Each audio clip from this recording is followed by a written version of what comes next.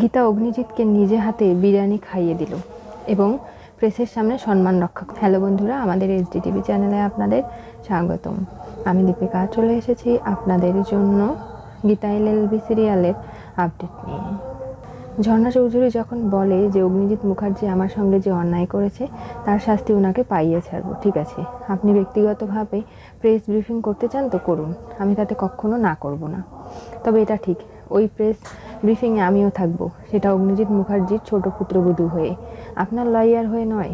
আমি কোর্টে থাকবো শুধুমাত্র আপনার লয়ার হয়ে, বুঝতে পেরেছেন? এই বলে গীতা চলে গেলে হঠাৎ ফোন চলে আসে ঝর্ণা চৌধুরীর কাছে। ওপাশ থেকে কেউ ফোনে ধমকি দেয়, লাশ ফেলে দেবো। বলেছি না এই কেসটা নিয়ে নাড়াঘাটা করতে না, তাহলে কেন করছেন? কি বলছেন কি আপনি? আপনি কে কে এই ধরনের কথাবার্তা বলছেন? তখনই গীতা ফোনটা কেড়ে নেয় আর বলে, কে? যদি সাহস থেকে সামনে আয়, এসে মুখোমুখি লড়াই কর। পেছন থেকে ছুরির আঘাত করার সাহস কে দিয়েছে? আমি গীতা LLB বলছি। এই কেসটা আমি এখন থেকে হ্যান্ডেল করছি, কোনোভাবে আমি কিন্তু অপরাধীদের ছেড়ে দেব না। তখনই ফোনটা কেটে দেয়। গীতা কল ব্যাক করতে গেলেই ফোন আর লাগছে না। পঙ্কজ খাসনবিশ জানায় যে দেখো, আমি বুঝতে পারছি এই সব কিছু, কিন্তু এই কাজগুলো ফোন করার পরে সিমটা ফেলে দেওয়া হচ্ছে, কোনোভাবে সিম রাখা হচ্ছে না, যার কারণেই আজকে এত বড় একটা সমস্যা হয়ে দাঁড়ালো। এখন কি হবে? তাহলে কি আমি প্রেস ব্রিফিং করবো না? না, আপনি করুন, আপনার দিক থেকে আপনি পরিষ্কার থাকুন, আর বাকিটা আমি দেখে নিচ্ছি। কারণ আমি তো আপনাকে যা বলার বলে দিয়েছি ঝর্ণা চৌধুরী। আমি এই কেসটা স্টাডি করছি, কেস কোনোভাবেই আনসলভ থাকবে না, কেস আমি সলভ করেই ছাড়বো, এবং এর মধ্যে যা কিছু রয়েছে সবটা আমি খুঁটিয়ে বের করব। কোনোভাবেই এই কেস থেকে আমি মুখ ফিরিয়ে নিচ্ছি না, বুঝতে পেরেছেন? এই বলে চলে যায়। বাড়িতে বিরিয়ানি রান্না হয়েছে, সবাই পাত পেরে খেতে বসেছে। আর নানাভাবে অগ্নিজিৎ মুখার্জি ভেবেছিল তার জন্য ডিম, আলু, এমনকি বিরিয়ানির খাসির মাংসও দেওয়া হবে, কিন্তু সেটা তো কোনোভাবে পাওয়া যাচ্ছে না। আর নানাভাবে অগ্নিজিৎ মুখার্জি বলে, কি আমার জন্য এই ফোড়ন দিয়ে সবজি আর রুটি দেওয়া হয়েছে, আমি এটা কোনোভাবেই খেতে পারবো না। এটা কেমন বিচার গীতা তোমার? কোথায় তুমি? বড় বৌমা, ছোট বৌমা কোথায়? এরকম করে সবাইকে বিরিয়ানি খেতে দিয়েছেন, আমাকে দাওনি। বাবা, আপনার ব্লাড সুগার, রক্তে কোলেস্ট্রল বেড়ে গেছে, আপনি এগুলো খাবেন না। আপনার জন্য রুটি, এই সবজি সব থেকে বেশি বেটার। কেন বুঝতে পারছেন না? আমি আপনার ভালোর জন্যই এই কথাগুলো বলছি। গীতা, আজকের জন্য আমাকে খেতে দাও না। জানো তো, জন্ম দিয়েছে যে মা, তাকে আমি কখনো চোখেই দেখিনি। এরপরে যে মা আমাকে লালন পালন করেছে তার সঙ্গেও আমি অনেক খারাপ ব্যবহার করে ফেলেছি। তারপরে তুমি আমার জীবনে এলে, আমি তোমাকে খুব স্নেহ করি, তোমার সব কথা মেনে চলি, কিন্তু আমার আজকে খুব খেতে মন চাইছে। আজকে তো বড় বৌমা তাহলে পার্টিটা কেন অ্যারেঞ্জমেন্ট করলো যদি আমাকে খেতেই না দেবে? কারণ স্বস্তিক আমার জন্য অনেক কিছু করেছে। কি করেছে?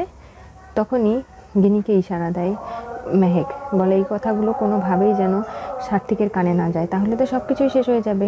কী বা হবে এমন কিছু, সার্থিক কোনোভাবেই যেন জানতে না পারে। কবি সেজে স্বস্তিকদের ফোন করে নানাভাবে ভালোবাসার কথা বলে, এমনকি সার্থিক যাতে কোনোভাবেই গিনির দিকে নানাভাবে ঝুঁকে পড়ে, সেজন্য এই কাজগুলো সে করছিল।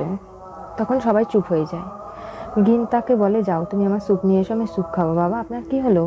আর গিনি, তুমিও যাও, গিয়ে হেল্প করো। রান্নাঘরে যেতেই নানাভাবে অগ্নিজিৎ মুখার্জি রুটিগুলো পকেটে রেখে দেয়। এরপরে সার্থিকের প্লেট থেকে 2 পিস সলিড মাংস, এমনকি আলু, ডিম সবটা তুলে প্লেটে নিয়ে নেয়, আর একটা প্লেট বাম হাতে ধরে থাকে। গীতা এসে বলে, বাবা আপনার রুটি কোথায়? সেগুলো খেয়ে ফেলেছি। এত তাড়াতাড়ি 2টো রুটি খেয়ে ফেললেন? হ্যাঁ, তবে সবজি যে রয়েছে, আমি খাইনি সবজি, আমার খেতে ভালো লাগছে না। আমি যে স্যুপ নিয়ে আসলাম, এখন কি হবে? কিচ্ছু না। কী ব্যাপার? টেবিলে সবাই কেন জানি না গম্ভীর হয়ে বসে আছে। কি হচ্ছে, কেন হচ্ছে, আমি তো কিছুই বুঝতে পারছি না। এতক্ষণ খাবার দাবার সবাইকে দিলাম, সবাই তো বেশ মজা আনন্দ করে খাচ্ছিল, কি এমন ঘটলো সবাই এতটা চুপচাপ? কিচ্ছু হয়নি, কেউ কিছু লুকোনোর চেষ্টা করছে না, আড়ালো করছে না। তাহলে বাবা, আপনার ডান হাতটা দেখি আমি, কোথায়? আরে, আপনার পকেটে কি উকি দিচ্ছি? এগুলো রুটি না? তাহলে 2টো রুটি যেহেতু বেরিয়ে এসেছে, এখন কি হবে? এই রুটিগুলো যদি থাকে তাহলে আপনি কি খেলেন?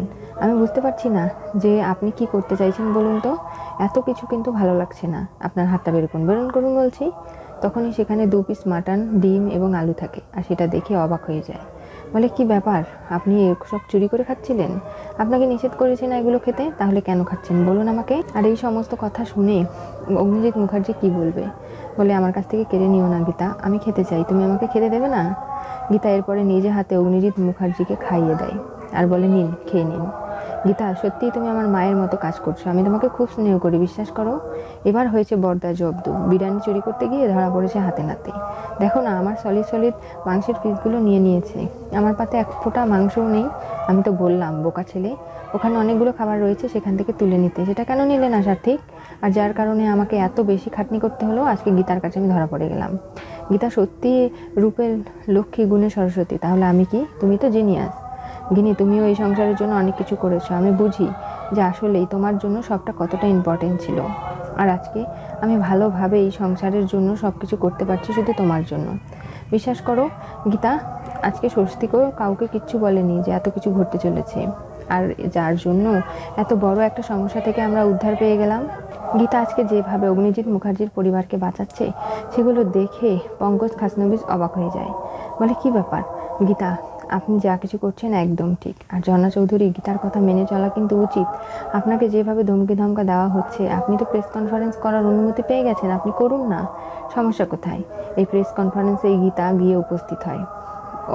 ঝর্ণা চৌধুরী সবার সামনে অভিযোগ করে অগ্নিজিৎ মুখার্জি তার কাছ থেকে টাকা নিয়েছে, কিন্তু কেসটা কোনো সুরাহা করেনি। তখনই তার ফোনে টাকা ফেরত দেওয়ার অনলাইনে পেমেন্ট করে দিয়েছে টাকাটা, সেটার একটা SMS আসে। গীতা বলে যে অগ্নিজিৎ মুখার্জি কোনো টাকাই আপনার কাছ থেকে নেয়নি। তাহলে কি করে বা আজকে আপনি এত বড় একটা অ্যালিগেশন দিতে পারলেন? সে ঠিকই আছে, তাই আপনার টাকা ফেরত দিয়ে দিয়েছে। ভজনও থাকে প্রেস মিটে। সে চমকে যায়, অবাক হয়ে যায়। এদিকে মেহেককে একটা বড় গলার হার পরিয়ে দেওয়া হয়, আর বলা হয় যে এটা সে আশীর্বাদে পরবে। তার সমস্ত শাড়ি গহনাগাটি কেনা হয়ে গেছে, শুধুমাত্র ডিজাইনার ব্লাউজ, হায়া, পেটিকোট আর যা কিছু কেনা প্রয়োজন টুকটাক, সেগুলো কিনলেই সব কিছু হয়ে যাবে। আর তার জন্যই নানাভাবে অগ্নিজিৎ মুখার্জি খুশি হয়ে যায়। তার মেয়েকে যখন হার পরানো হয়, এই কথাটাও কৃপানের কানে চলে যায়। তখনই কৃপান ফোন করে বলে, কি ব্যাপার, হারটা বেশ সুন্দর হয়েছে তাই না? এত বড় একটা দামি হার পরে আশীর্বাদে বসবে তুমি?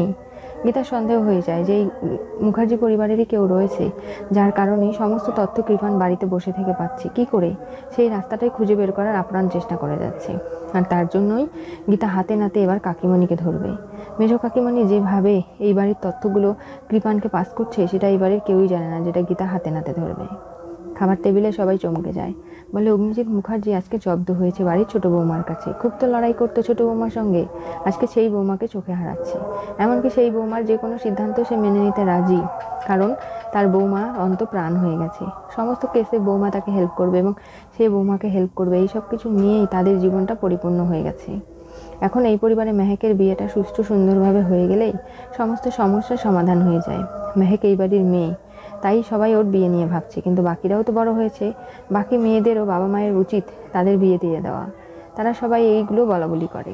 তখন মেহেক হেসে ফেলে যে তার বিয়ে হচ্ছে বলে তার বাকি বোনরা বিয়ে করার ইচ্ছে জেগেছে, সেগুলো বাবা মায়ের সামনে সরাসরি বলছে, যেটা মেহেক কখনো বলতে পারেনি। মেহেক এই বাড়ির সব থেকে আদরের মেয়ে। আর অগ্নিজিৎ মুখার্জি যখন জানে যে স্বস্তিকের কারণেই এত কিছু ঘটেছে এবং স্বস্তিক সার্থিককে জব্দ করার জন্য নানাভাবে গিনিকে কবি সেজে ফোন করে অনেক কিছু বলেছে, এবং যার কারণেই আজকে গিনি এবং সার্থিকের সম্পর্কটা অনেকটাই ঠিক হতে চলেছে, গীতা সব কিছু ধামাচাপা দেওয়ার চেষ্টা করে। বলে, স্বস্তিক তো আসলে বৌদির জন্য লক্ষণ সেজে অনেক কাজ করেছে, অনেক উপকার করেছে, তাই ট্রিট দিয়েছে, তাছাড়া আর কিচ্ছু না। আমার বোন তো অনেক ভালো, আর স্বস্তিকও খুব ভালোবাসে। আর যা কিছু হচ্ছে আজকে পরিবারের ভালোর জন্য হচ্ছে। আমরা সবাই মিলে প্রার্থনা করব যাতে মেহেকের বিয়েটা খুব সুষ্ঠু সুন্দরভাবে হয়ে যায়। আজকে কৃপান যেভাবে মেহেকের পিছনে পড়েছে, কোনোভাবেই মেহেকের বিয়েটা সে হতে দেবে না। অনেকভাবে চেষ্টা করছে এই বিয়েটা ভেঙে দেওয়ার জন্য, আর সেই চেষ্টায় বিফলে দিতে গীতা LLB এবার নানাভাবে এই কেসটার ইনভেস্টিগেশন করবে। কেন এতটা সাহস পাচ্ছে কৃপান, আর কি করেই বা কৃপান এত কিছুর মধ্যেও মেহেককে ফোন করছে, মেহেককে শাসাচ্ছে। কি হতে চলেছে গীতা LLB সিরিয়ালের পরবর্তী টুইস্টে?